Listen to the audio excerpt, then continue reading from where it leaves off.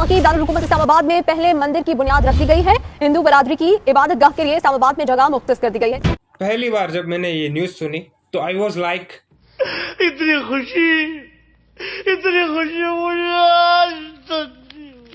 फिर हमारे बहू ने बोला कि रुको जरा, सबर करो। हाँ तो भैया, खबर आपको मिल गई होगी। पाकिस्तान के इस्लामाबाद में रह रहे 3,000 हिंदुओं के लिए सरकार एक कृष्ण मंदिर बनाने जा रही थी। उसके लिए उन्होंने जमीन और 10 करोड़ रुपए आवंटित किए थे। जैसे ही उस मंदिर की नींव डली, वहां के कुछ इस्लामी कट्टरपंथियों ने उस मंदिर की मजम्मत कर दी। वो चाहते थे कि यह हिंदू मंदिर इस्लामाबाद में ना बने, तो उन्होंने उस हिंदू मंदिर की नींव को उखाड़ दिया और वहां पर सरकार को चेतावनी तक दे दी कि यदि यह हिंदू मंदिर बनेगा तो उनकी लाशों पर बनेगा, और वो सरकार को बनाना जानते हैं तो सरकार को उखाड़ कर फेंकने की भी ताकत उनमें है। अगर आप सच पूछे तो मुझे कभी भी इस्लामी रियासत पाकिस्तान से उम्मीद नहीं थी कि वो अपने माइनॉरिटीज़ को अच्छे से रखता होगा, या वो अपने माइनॉरिटीज़ के धर्म के हिसाब से उनको धर्म स्थल बना कर देगा। क्योंकि उसका पहला कारण तो ये है कि इस्लामिक मौलवी जो होते हैं उनकी सोच ये है। नहीं, इसी तरीके से जहाँ दीन का सवाल है, अल्हम्दुलिल्लाह सुम्मा अल्हम्दुलिल्लाह, हम मुसलमान जानते हैं कि इन दीन इंदल्लाह इस्लाम। सूरह इमरान सूरह 3 आयत में 19 कहते हैं कि सिर्फ एक ही सही दिन है, वो इस्लाम। और अल्लाह ताला फरमाते हैं सूरह इमरान सूरह 3 आयत नंबर 85 में क्या इस्लाम के अलावा कोई भी दिगर मज़हब अल्लाह सुब्हानहू व तआला कबूल नहीं करेंगे। तो दीन के मामले में हम जानते हैं इस्लाम ही सिर्फ सही दीन है, इसीलिए हम दूसरे दीन का प्रोपगेशन अलाउ नहीं करते। यहां तक कि दूसरा सवाल है कि हम चर्च बनाने देंगे या टेम्पल बनाने देंगे, जब दीन ही गलत है और चर्च में ईसा अलैहिस्सलाम का पूजना गलत है, बुत परस्ती गलत है, इसीलिए हम गलत चीज हमारे मुल्क में अलाउ नहीं करेंगे। लेकिन दूसरा, वहाँ के जो बासिंदे हैं, वहाँ की जो सोसाइटी है, वहाँ के जो मुसलमान हैं, जो खुद को कट्टर मुस्लिम समझते हैं, खुद को एक नेक मुस्लिम समझते हैं, उनकी सोच ये है। हो जा दे रहा, कभी हिंदू हो जा दे रहा। ये जो हमारे जो सरपरस्त है ना, ऊपर जो बैठे हैं, जो इनको बनाने दे रहे हैं, अल्लाह पाक इनको हिदायत दे दे, इनका बेड़ा गर्क कर दे। अल्लाह उसके रसूल ने वाज़ह कुरान मजीद में पैगाम दिया है कि यहूद और नसारा तुम्हारे दोस्त हो ही नहीं सकते। और तीसरी और सबसे बड़ी बात, क्योंकि ये पाकिस्तान की वो रियासत है जिसने अगर करतारपुर का गुरुद्वारा भी बनाया था तो उसको एक तरह से एक प्रोपोगेंडा के हिसाब से बनाया था। वो चाहते थे कि दुनिया ये देखे कि पाकिस्तान गुरुद्वारे बनाकर अपनी माइनॉरिटीज को अच्छा रख रहा है। दूसरा, वो सिखों को खुश करके खालिस्तान की मूवमेंट को सपोर्ट करना चाहता था। और दूसरी बात ये थी कि वो उस गुरुद्वारे से डॉलर्स कमाना चाहता था। इसलिए तो उन्होंने 25 से 30 डॉलर वहाँ की जो एंट्री फीस है वो रखी थी, जिसको उन्होंने बाद में जब पूरी दुनिया ने उसको क्रिटिसाइज किया तब उसको कम किया। अगर हमें पाकिस्तानियों से ये उम्मीद थी ही नहीं तो हम ये वीडियो क्यों बना रहे हैं?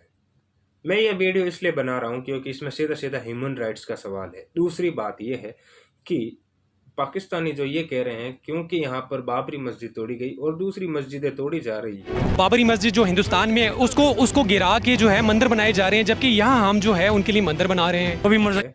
और कश्मीर में मुसलमानों को और पूरे हिंदुस्तान में मुसलमानों को परेशान किया जा रहा है, इसलिए वो हिंदू मंदिर नहीं बनने देना चाहते हैं।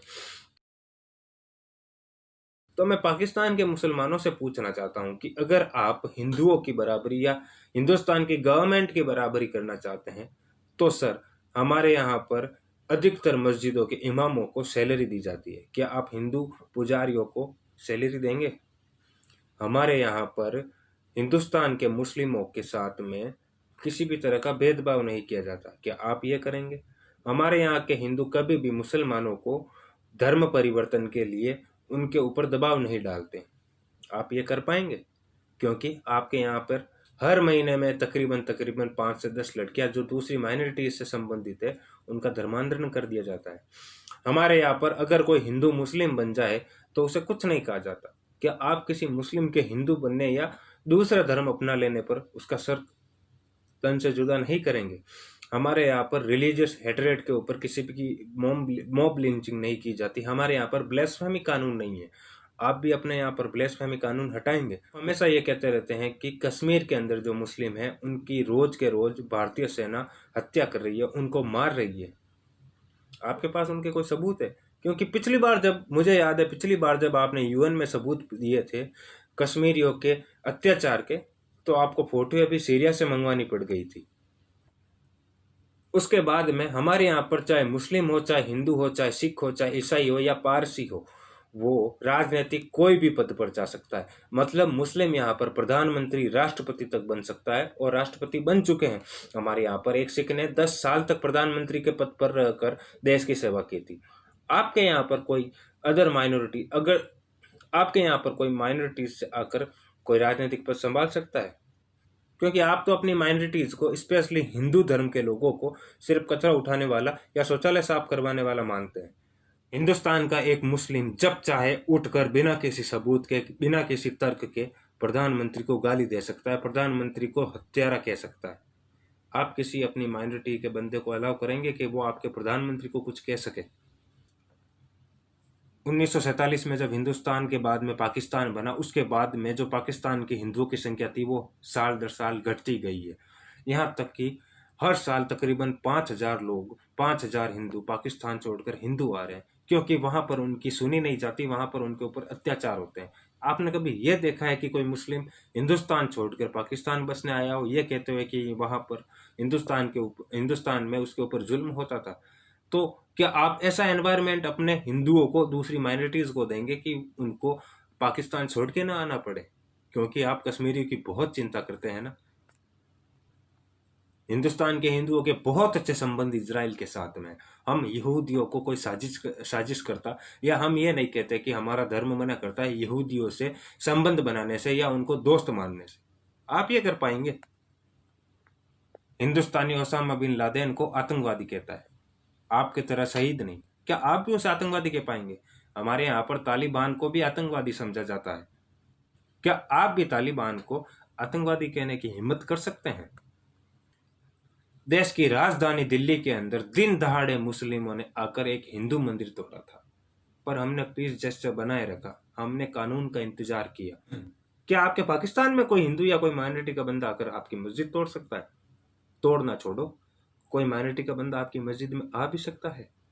आपने यही कहा था ना कि इस्लामाबाद में मंदिर इसलिए नहीं बन सकता क्योंकि जो अनुदान 10 करोड़ रुपए का सरकार दे रही है, उस अनुदान के अंदर जो टैक्स दिया हुआ है वो सारा मुस्लिमों का है। हज जाने के लिए हर मुसलमान हिंदुस्तान की गवर्नमेंट से सब्सिडी लेता है।